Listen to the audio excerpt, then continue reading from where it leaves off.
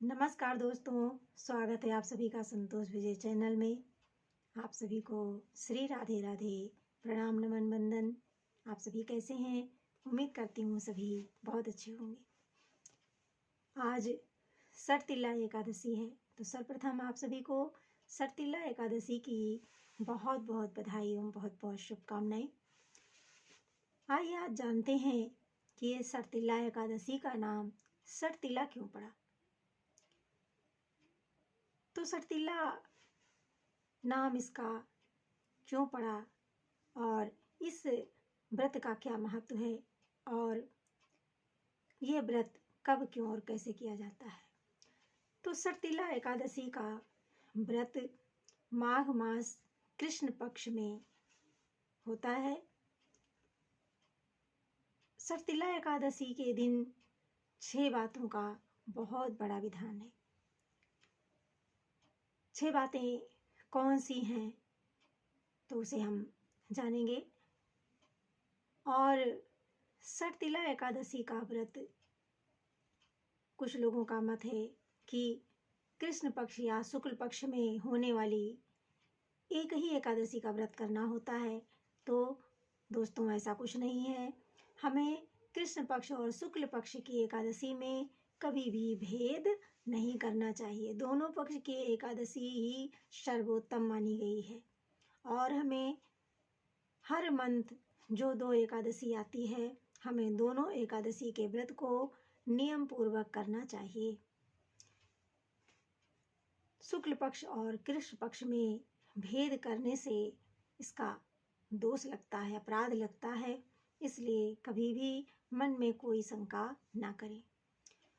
सरतिल्ला एकादशी में कुछ लोगों को तो बातें पता हैं और कुछ लोगों को नहीं पता है कि 6 बातें कौन सी होती हैं। तो दोस्तों 6 बातें ये हैं कि सर्वप्रथम हमें ब्रह्म मुहूर्त में उठकर सबसे पहले हमें स्नान ध्यान करना चाहिए। तो स्नान करने के समय से ही ये व्रत शुरू हो जाता है। तो सर्वप्रथम स्नान करते समय हमें तिल, आप सभी को मालूम होगा तिल 2 प्रकार का होता है। एक ये होता है काला तिल और एक होता है सफ़ेद तिल। तो ये है काला तिल, ये देखिए आप लोग देख पा रहे होंगे कैमरे में, ये है काला तिल। तो इस तिल को थोड़ा सा पीस कर इसका उपटन बना लें या फिर हाथ से मसल कर या कैसे भी इसका उपटन। स्नान करने से पहले हमें पूरे शरीर पर तिल का उपटन लगाना चाहिए। उसके बाद तिल को पानी में, जिस जल से आप स्नान कर रहे हैं बाल्टी में ही थोड़ा सा तिल डालकर और उसी पानी से, उसी जल से स्नान करना चाहिए। तो ये तिल का उपटन, तिल से स्नान।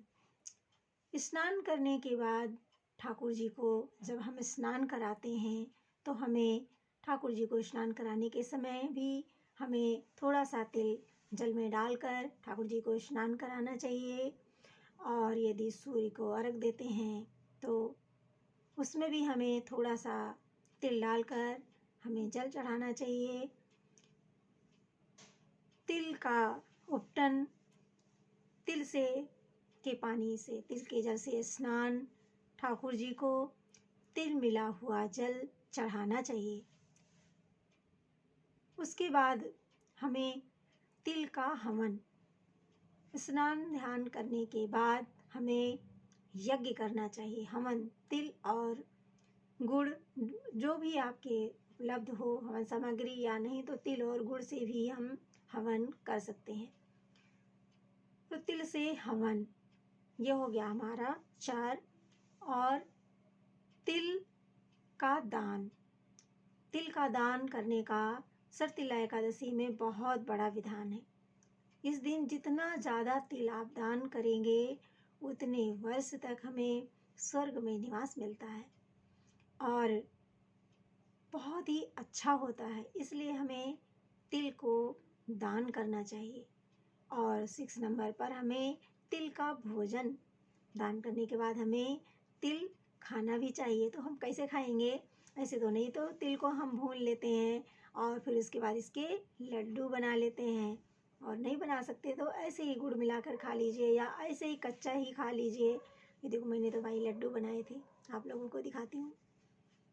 आप लोग भी ऐसे लड्डू बनाए। हमने तो आज लड्डू को ठाकुर जी को भोग भी लगाया, दान भी किया और सब पूरे परिवार लोग में सब लोगों ने मिलकर खाया भी। हमने भी खाए, सभी ने खाए। आप लोग भी एकादशी में लड्डू बना करके रखिए, दान भी कीजिए और सब लोग खाइए भी। तो ये 6 बातें होती हैं सर्तिला एकादशी में। ये बातें हम सभी को ध्यान में रखनी चाहिए और जो लोग एकादशी का व्रत करते हैं उन्हें इन 6 बातों का ध्यान अवश्य रखना चाहिए और इसे करना चाहिए। फिर से आप एक बार सुन लेते हैं कि 6 बातें वो कौन सी हैं। तो सर्वप्रथम तिल का उपटन, तिल से स्नान, तिल ठाकुर जी के चरणों में चढ़ाना, तिल के हवन, तिल का दान और तिल का भोजन। ये 6 बातें हमें बहुत महत्वपूर्ण हैं जो हमें अपने जीवन में हमेशा के लिए इसे सहेज कर रखना चाहिए। अपने बच्चों को भी बताएं, दोस्तों को बताएं और सभी इसको ज़रूर अपनाएं। तो ये एकादशी की नियम है। और इसके बाद ये एकादशी हम क्यों रखते हैं, तो इसकी एक बहुत ही सुंदर कथा है। तो आइए हम आपको एक कथा सुनाते हैं। एक ब्राह्मणी थी। वो ब्राह्मणी बहुत पूजा पाठ करती थी, बहुत तपस्या करती थी, व्रत भी बहुत करती थी।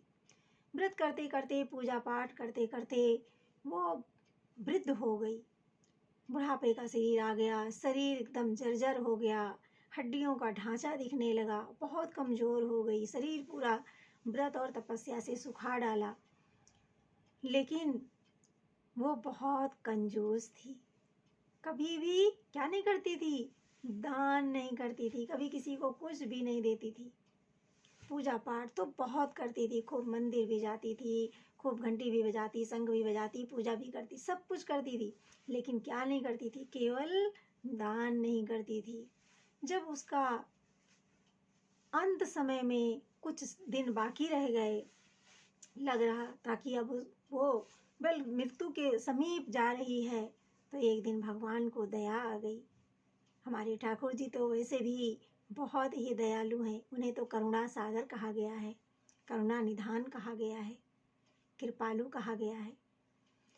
तो हमारे ठाकुर जी को, हमारे कृष्ण कन्हैया को, ईश्वर को दया आ गई और उन्होंने सोचा ये मैया बूढ़ी हो गई हैं, इनका शरीर जर्जर हो गया है, इनका अंत समय निकट है और इन्होंने पूरे जीवन में कभी भी दान नहीं किया है। तो ये मरने के बाद जब ये स्वर्ग जाएगी तो इसे मिलेगा क्या, क्योंकि इसने पूजा पाठ जब तक तो खूब किया है लेकिन कभी दान नहीं किया है। तो इसको जो है वहाँ पहुँचेगी तो इसको खाने के लिए कुछ मिलेगा नहीं। तो एक काम करते हैं, कोई उपाय सोचना चाहिए। एक दिन भगवान ने सर्तिला एकादशी का दिन था और उस ब्राह्मणी के घर भिक्षा मांगने के लिए गए। कहा मैया कुछ भिक्षा दे दे, मैया भिक्षा दे दे। ब्राह्मणी बाहर निकली, उसने देखा कोई संत पधारे हैं, कोई ब्राह्मण अतिथि आए हैं और दान मांग रहे हैं। उसने कहा कि क्यों आए हो हमारे दरवाजे पर, क्या लेना है आपको, क्या चाहिए। बोले मैया मैं तो भिक्षा लेने आया हूँ, कुछ दान कर दो, कुछ दान कर दो, मुझे कुछ दे दो।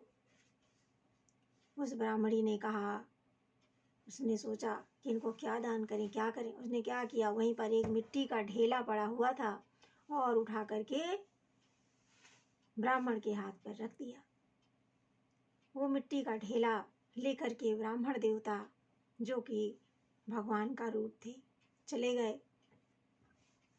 कुछ दिनों के बाद जब वो ब्राह्मणी का शरीर छूटा, जब उसकी मृत्यु हो गई, जब वो ठाकुर जी के दरबार में पहुंची तो वहां पर बहुत ही सुंदर आलीशान महल मिला, बहुत सुंदर घर मिला, लेकिन पूरा घर धन धान्य से खाली था, शून्य था, कुछ भी नहीं था वहां पर। अब वो ब्राह्मणी बड़ी दुखी हुई कि मैंने पूरे जीवन इतनी पूजा पाठ तपस्या किया और ये घर पूरा खाली है। उसे भूख लग रही है, प्यास लग रही है, लेकिन कुछ है नहीं, क्या खाए, क्या करे। बड़ी दुखी हुई, परेशान हुई। उसने ठाकुर जी की याद की, ईश्वर की आराधना की, ईश्वर को याद किया। ठाकुर जी वहाँ पर प्रकट हुए और सूक्ष्म रूप से उसे आकाशवाणी के द्वारा उस महिला को, उस ब्राह्मणी को बताया। उन्होंने कहा कि माँ, आपने पूरे जीवन कभी दान नहीं किया है, इसलिए आपने खाने की वस्तुएं कभी दान नहीं की, इसलिए आपका घर खाली है। ने कहा कि ऐसा नहीं हो सकता, मैंने पूरे जीवन बहुत पूजा पाठ करी है। बोले मैया, पूजा पाठ करने से हमारा पेट तो नहीं भरता, पूजा पाठ करने से मन को शांति मिलती है, सब कुछ मिलता है। तो आपको इतना बड़ा महल मिला, लेकिन आपने कभी भी 1 रुपया भी दान नहीं किया, ना खाने पीने की वस्तुएं दान की, ना अनाज दान किया, कुछ नहीं दान किया।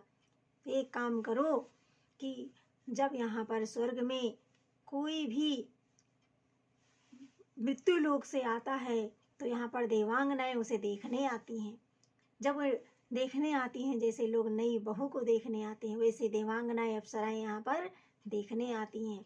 तो जब देखने आएंगी तो अपना दरवाज़ा अंदर से बंद कर लेना, और बंद कर लो, बंद ही रखना।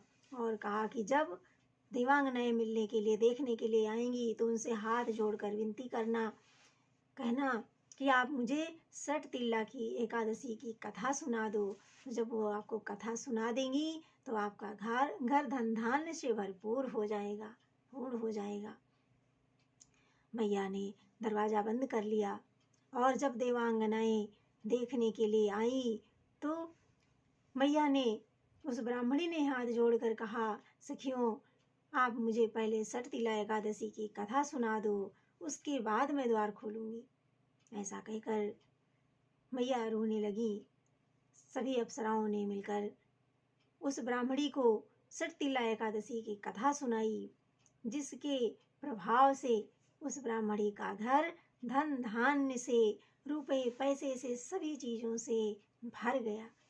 तो मेरे प्यारे मित्रों, भाइयों बहनों, प्यारे बच्चों, हम सभी को जीवन में कंजूसी नहीं करनी चाहिए। कुछ न कुछ यथाशक्ति दान अवश्य करते रहना चाहिए, क्योंकि जो कुछ भी हम यहाँ बोएंगे हमें काटने को वही मिलेगा। जो कुछ भी हम दान करेंगे हमें वही कुछ मिलता है।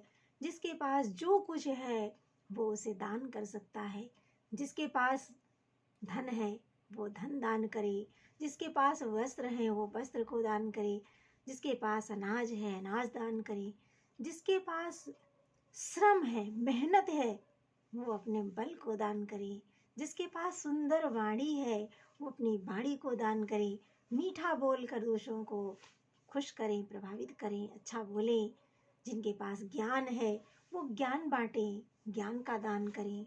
जिनके पास जो कुछ भी है, कोई ये नहीं कह सकता संसार में कि वो खाली है, उसके पास कुछ नहीं है। ऐसा कोई भी संसारिक प्राणी नहीं है जिसके पास कुछ नहीं है। जो कुछ भी हमारे पास है हमें उसे दिल खोल कर दान करते रहना चाहिए। तो मित्रों, आप सभी को हमारी ये वीडियो कैसी लगी, और यदि हमारे चैनल को सब्सक्राइब नहीं किया है तो संतोष विजय यूट्यूब चैनल को आप लोग सब्सक्राइब करते चलें, लाइक और कमेंट करते चलें, शेयर करते चलें। आप सभी का बहुत बहुत धन्यवाद।